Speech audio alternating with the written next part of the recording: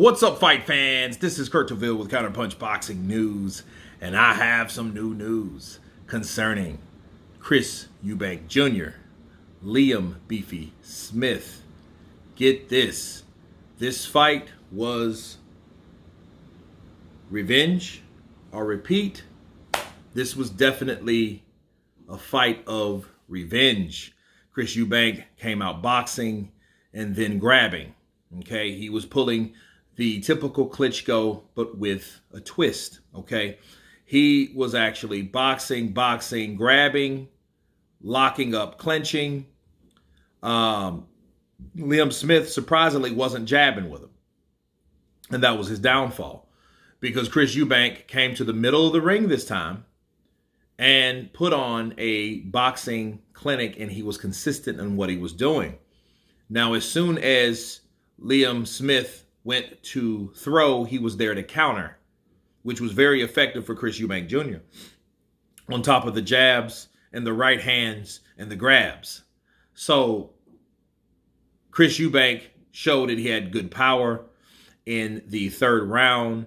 Liam Smith went down with a right uppercut, and it was very impressive. And I don't think Liam really recovered after that. I think his legs were shaky throughout. You could see him going back in rounds 4, 5, and 6 to his corner. They were shaky, and they continued to be shaky. And Chris Eubank continued to box him consistently, throwing jabs, right hands to the body, left hands to the body, turning those body punches upstairs as uppercuts, and really chopping away at Liam Smith. 6, 7, and 8, the swelling began. He got a blood. He cut him. And it was at the very beginning, it was a pretty of an intense hugging fight, really initiated by Chris Eubank Jr. I think that's something he could work on, because I think that's a sign of, sometimes it's a sign of strategy, but then sometimes it's a sign of worry, okay? And I think that Chris Eubank showed that, hey, he needed to do what he needed to do. He got another knockdown in round 10. And he dropped him again. And I think that Liam Smith, he's one of those guys that wants to go out on his shield. If we know anything about Liam Smith, we know him in the fights that he lost. With the Jaime Munguia fight, he lasted. The Canelo fight, I think he was stopped in the 9th round due to body punches. And I think the body punches softened him up. But he's a tough bloke. He didn't do enough for me, really. He should have jabbed with the jabber, because Chris Eubank was putting that jab in his face all night long. Okay, and it was like he couldn't miss him, because it was almost like a person that was sitting there with no head movement, saying, "Hit me." Okay, that's what was happening in that fight. And Chris Eubank, to say the least, he was very focused, and not only did Liam Smith not throw, he didn't land anything significant. It was all Chris Eubank. It was like the Chris Eubank Jr. show. That's what we saw in this fight. And people ask me, people think this fight was fixed. I don't think so. I think Liam Smith just came in with the wrong strategy. I think he should have been more aggressive, used what he could use, his jab, because when he did throw the jab, he was landing. You know what I mean? And he didn't really throw a lot of right hands. And, in what combinations, what's that? Because we didn't see that from him. It's like he didn't know what that was. So I think, if anything, Chris Eubank came to redeem himself, because he knows that was embarrassing. And it really was embarrassing for Chris, because that was the first time he has been down. So a lot of people was thinking, oh, man, maybe his beard's not there. Maybe he's not the same. Well, maybe he's learning. Maybe he just needed to do something different. Now, a lot of people are going to give Bomac the credit, but if the strategy was there, he executed it the way Bomac wanted him to.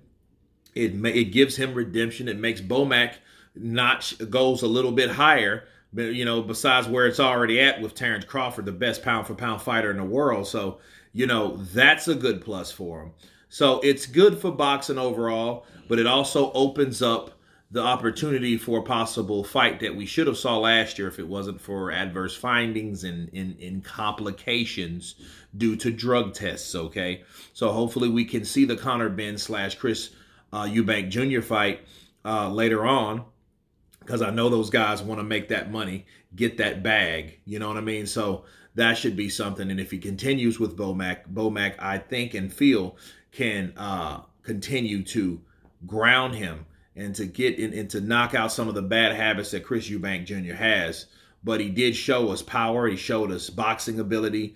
You know, besides the constant, grabbing, he did a very good job. And you can see Chris Eubank, he didn't take a lot of punishment.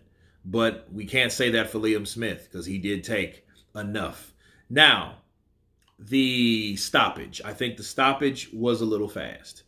I think Liam Smith was trying to weather the storm, and I think Liam was okay. I don't think he was that bad. Now, I think he could have left in the later rounds, but I think that's the reason why Chris Eubank wanted to put that pressure on him to promote that referee to stop that fight, because, that's what they do over there sometimes. They stop fights a little too early for my liking, but, better safe than sorry because, he wasn't throwing.